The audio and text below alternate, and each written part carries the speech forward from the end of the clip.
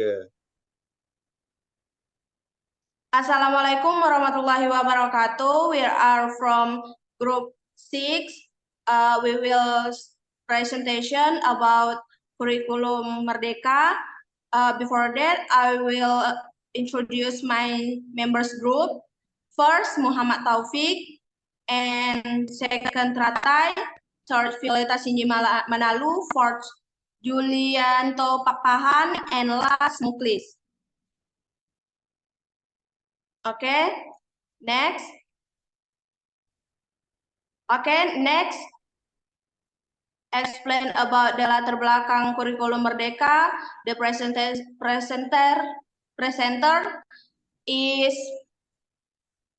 the presenter by me. Okay. Okay, I will explain about latar belakang kurikulum Merdeka.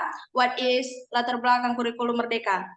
Kurikulum Merdeka dikembangkan sebagai respon terhadap hasil program International Student Assessment atau yang bisa kita sebut PISA, yang menunjukkan bahwa 7% siswa di usia 15 tahun berada di bawah tingkat kompetensi.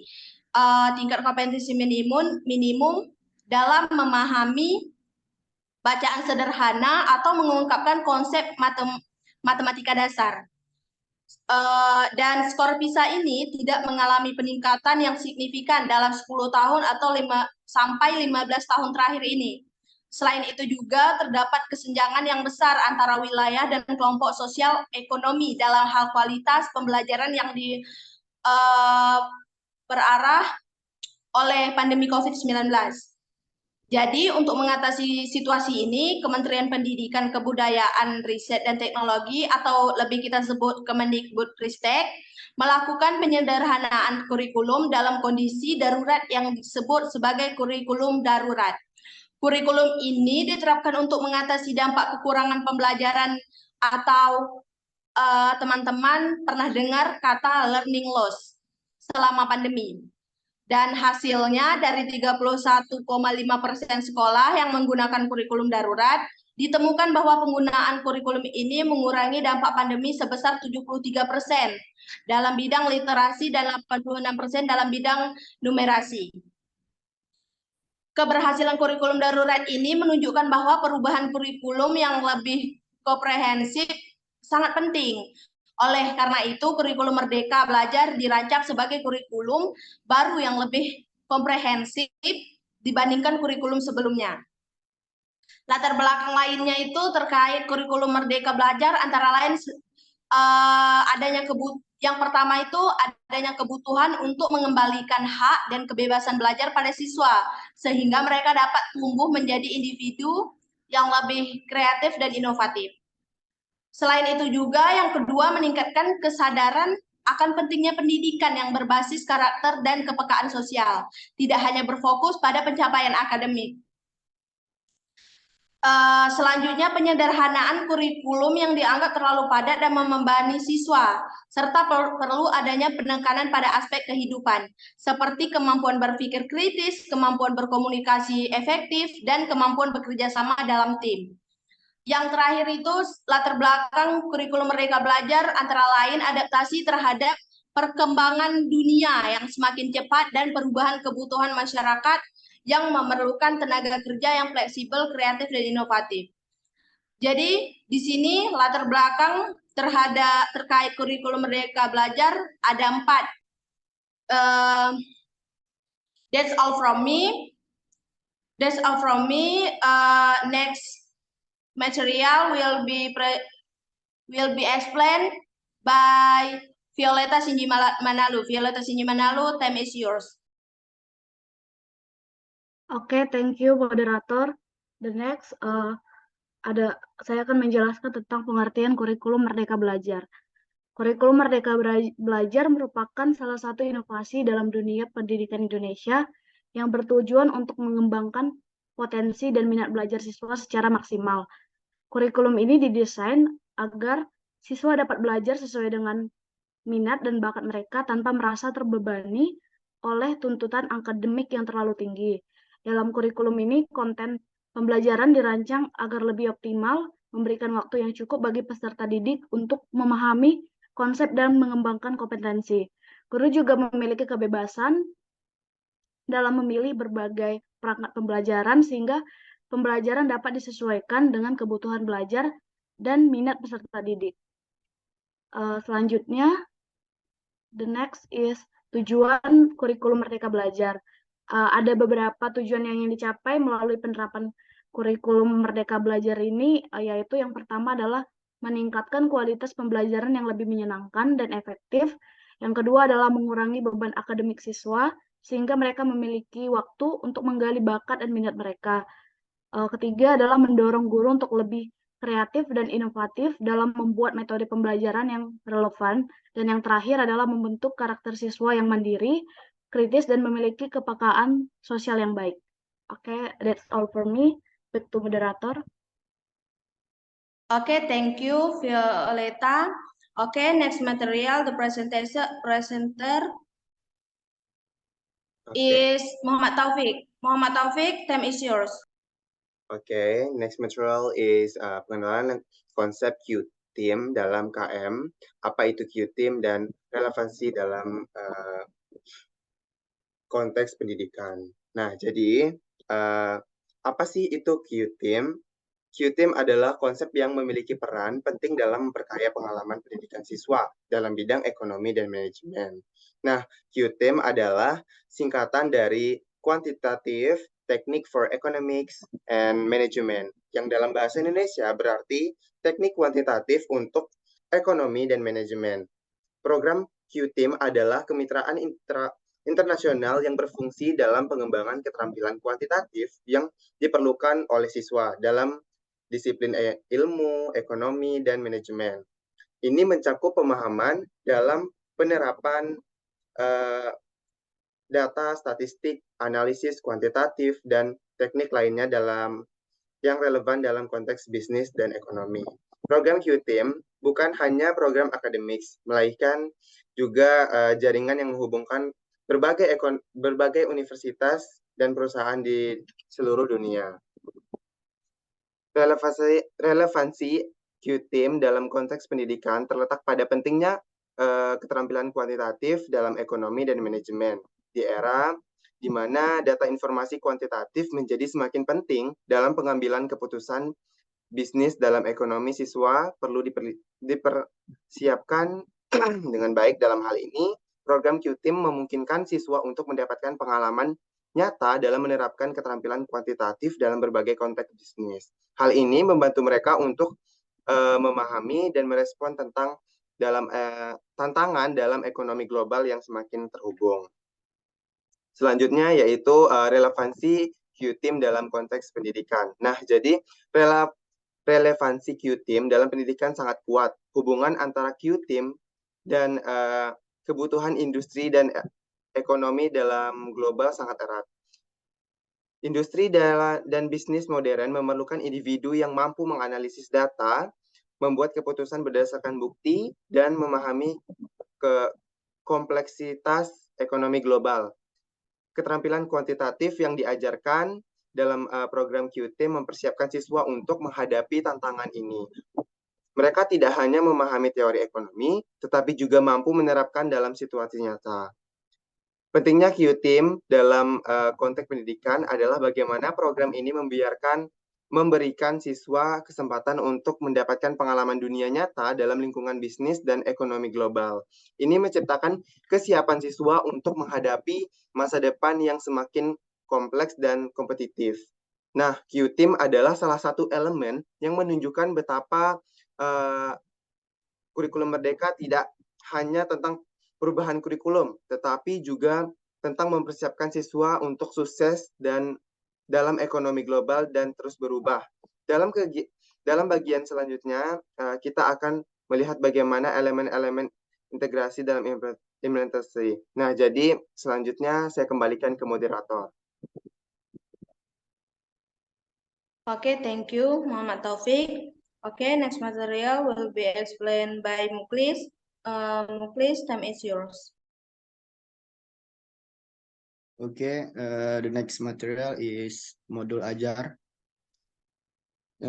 Jadi konsep modul ajar yang pertama Modul ajar merupakan salah satu jenis perangkat ajar yang memuat rencana pelaksanaan pembelajaran untuk membantu mengarahkan proses pembelajaran mencapai capaian pembelajaran. Yang kedua, jika satuan pendidikan menggunakan modul ajar yang disediakan pemerintah, maka modul ajar tersebut akan dapat dipadankan dengan RPP Plus, karena modul ajar tersebut memiliki komponen yang lebih lengkap dibanding RPP. Ketiga, jika satuan pendidikan mengembangkan modul ajar secara mandiri, maka modul ajar tersebut dapat dipadankan dengan RPP. Keempat, satuan pendidikan dapat menggunakan berbagai perangkat ajar termasuk modul ajar atau RPP. Dengan kelengkapan komponen dan format yang beragam sesuai dengan karakteristik dan kebutuhan murid. Selanjutnya, tujuan pengembangan modul ajar. Pengembangan modul ajar bertujuan untuk menyediakan perangkat ajar yang dapat membantu guru melaksanakan pembelajaran. Dalam penggunanya, guru memiliki kemerdekaan untuk pertama memilih atau modifikasi modul ajar yang sudah disediakan pemerintah untuk menyesuaikan dengan karakteristik murid. Yang kedua, menyusun sendiri modul ajar sesuai dengan karakteristik murid. Selanjutnya, kriteria yang harus dimiliki modul ajar. Yang pertama, esensial. Yang kedua, menarik. Yang ketiga, relevan dan kontekstual. Dan yang terakhir, berkesinambungan. Adapun komponen-komponen inti modul ajar adalah yang pertama, tujuan pembelajaran. Yang kedua, kegiatan pembelajaran. Dan yang ketiga, rencana asesmen. Materi selanjutnya adalah profil pelajar Pancasila. Apa itu profil pelajar Pancasila? Jadi, profil pelajar Pancasila merupakan sejumlah karakter dan kompetensi yang diharapkan untuk diraih oleh peserta didik, yang didasarkan pada nilai-nilai luhur Pancasila. Ada 6 elemen utama yang harus dimiliki oleh pelajar Pancasila, yaitu beriman, bertakwa kepada Tuhan Yang Maha Esa, berakhlak mulia, berkebinekaan global, bergotong royong, mandiri, bernalar kritis, dan kreatif. Profil pelajar Pancasila dibangun dalam keseharian dan dihidupkan dalam diri setiap pelajar melalui budaya, sekolah, pembelajaran intrakurikuler, co-kurikuler maupun ekstrakurikuler. Materi yang terakhir saya sampaikan adalah kriteria ketercapaian ketujuan pembelajaran atau KKTP. Jadi, jika di dalam kurikulum 2013 kriteria ketentuan belajar siswa ditentukan oleh KKM, tetapi berbeda dengan kurikulum Merdeka. Belajar istilah ini tidak lagi digunakan dan digantikan dengan kriteria ketercapaian tujuan pembelajaran atau KKTP. Jadi KKTP itu adalah serangkaian kriteria atau indikator yang menunjukkan sejauh mana peserta didik telah mencapai kompetensi pada tujuan pembelajaran. Kriteria ketercapaian tujuan pembelajaran nantinya berfungsi untuk merefleksikan proses pembelajaran dan menganalisis tingkat penguasaan kompetensi peserta didik agar dapat membantu pendidik dalam memperbaiki proses pembelajaran dan memberikan tindak lanjut yang sesuai dengan kompetensi peserta didik. KKTP juga bermanfaat untuk memberikan informasi konkret dan komprehensif dalam laporan hasil belajar peserta didik. Kriteria ketercapaian tujuan pembelajaran menjadi salah satu pertimbangan dalam memilih atau menyusun instrumen asesmen, sehingga asesmen yang dipilih benar-benar sesuai dengan tujuan dan kriteria ketercapaian tujuan pembelajaran yang telah disusun. Oke, sekian dari saya. Back to moderator. Okay, thank you, Muklis. Next material will be explained by Muhammad Taufik. Muhammad Taufik, time is yours. Baik, selanjutnya adalah istilah-istilah dalam kurikulum. Yang pertama ada capaian pembelajaran. Nah, capaian pembelajaran merupakan kompetensi dasar atau kompetensi pembelajaran yang harus dicapai peserta didik pada setiap fase perkembangan. Nah, capaian pembelajaran mencakup sekumpulan kompetensi dan lingkup materi yang disusun secara komprehensif dalam bentuk narasi. Nah, CP untuk pendidikan anak usia dini PAUD terdiri atas satu fase, yaitu fase fondasi. CP untuk pendidikan dasar dan menengah terdiri dari 6 fase, yaitu ada A sampai F, yang meliputi seluruh mata pelajaran yang di jenjang pendidikan dasar dan menengah. Sesuai dengan pembagian paket berikut. Fase A, kelas 1 sampai 2 SD. Fase B, kelas 3 sampai kelas 4 SD. Fase C, kelas 5 sampai kelas 6 SD. Selanjutnya fase D, kelas 7 sampai kelas 9 SMP. Fase E, kelas 10 SMA. Dan fase F untuk kelas 11 sampai kelas 12. Selanjutnya ada alur tujuan pembelajaran ATP. Alur tujuan pembelajaran adalah rangkaian tujuan pembelajaran yang disusun secara sistematis dan logis di dalam fase pembelajaran untuk murid dapat mencapai capaian pembelajaran tersebut. ATP menjadi panduan guru dan murid untuk mencapai capaian pembelajaran di akhir suatu fase. Selanjutnya, setiap poin dalam alur tujuan pembelajaran disusun secara kronologis berdasarkan urutan pembelajaran dari waktu ke waktu. Selanjutnya, guru dapat menyusun alur tujuan pembelajaran masing-masing menyesuaikan dalam konteks dan kebutuhan anak-anak di kelas yang mampu. Selanjutnya, pemerintah menyediakan beberapa contoh alur tujuan pembelajaran yang bisa langsung digunakan untuk dimodifikasi dan membuat panduan untuk penyusunan perangkat ajar. Nah, materi selanjutnya saya kembalikan ke moderator. Okay, thank you Muhammad Taufik. Okay, the last presenter is Julianto Pakpahan. Next materials explained by Julianto. Julianto, time is yours. Alright, thank you moderator. Kemudian kita membahas tentang teaching at the right level atau TAR. Istilah dalam kurikulum Merdeka Belajar lainnya yang harus Bapak, Ibu, dan Ibu Guru pahami adalah teaching at the right level. Teaching at the right level adalah pendekatan pengajaran yang tidak hanya berpusat pada tingkatan kelas saja, tapi juga kesiapan belajar siswa. Pendekatan ini bertujuan untuk memastikan setiap siswa mendapatkan hak belajar yang sama, mencapai tujuan pembelajaran yang diharapkan, dan memberikan waktu yang cukup pada siswa untuk membangun serta meningkatkan kompetensi, numerasi, dan literasi yang dimiliki. Kemudian, kurikulum operasional di satuan pendidikan atau KOSP. Kurikulum operasional di satuan pendidikan yaitu istilah dalam kurikulum Merdeka Belajar yang memuat seluruh rencana proses belajar yang diselenggarakan di satuan pendidikan. Sebagai pedoman seluruh penyelenggaraan pembelajaran, istilah KOSP ini sama saja dengan istilah KTSP atau kurikulum tingkat satuan pendidikan. Itulah beberapa istilah dalam kurikulum Merdeka Belajar yang akan sering Bapak dan Ibu Guru temui dan gunakan saat sekolah. Tempat Bapak dan Ibu Guru mengajar menerapkan kurikulum baru ini. Kemudian setelah membahas materi yang telah dibahas sebelumnya, bahwasannya kurikulum Merdeka Belajar adalah inovasi dalam pendidikan Indonesia yang bertujuan untuk mengembangkan potensi dan minat belajar siswa.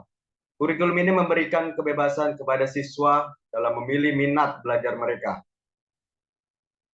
Kurikulum ini memberikan kebebasan yang mengurangi beban akademik dan mendorong kreativitas guru. Tujuannya adalah meningkatkan kualitas pembelajaran, membentuk karakter siswa yang mandiri, dan mengurangi kesenjangan dalam dunia pendidikan. Latar belakang kurikulum Merdeka Belajar adalah hasil PISA yang menunjukkan rendahnya tingkat kompetensi siswa, kesenjangan dalam kualitas pembelajaran, dan dampak pandemi COVID-19. Implementasinya melibatkan asesmen diagnostik, perencanaan pembelajaran yang disesuaikan dengan kebutuhan siswa, dan implementasi pembelajaran yang melibatkan asesmen formatif dan sumatif. Dengan kurikulum Merdeka Belajar, diharapkan pendidik di Indonesia menjadi lebih inklusif, kreatif, dan sesuai dengan kebutuhan siswa. That's all from me. Saya kembalikan ke moderator. Terima kasih. Okay, thank you, Julianto Pakpahan.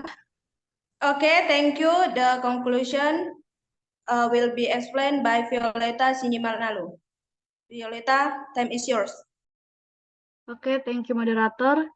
Jadi kurikulum Merdeka Belajar adalah inovasi dalam pendidikan Indonesia yang bertujuan untuk mengembangkan potensi dan minat belajar siswa. Kurikulum ini memberikan kebebasan kepada siswa dalam memilih minat belajar mereka, mengurangi beban akademik, dan mendorong kreativitas guru. Dan dengan kurikulum Merdeka Belajar, diharapkan pendidikan di Indonesia menjadi lebih inklusif, kreatif, dan sesuai dengan kebutuhan siswa. Okay, that's all from my group. Thank you, my members groups, for your participation, and thank you, my audience, for your participation. Moreover, we apologize, and thank you. Wassalamualaikum warahmatullahi wabarakatuh.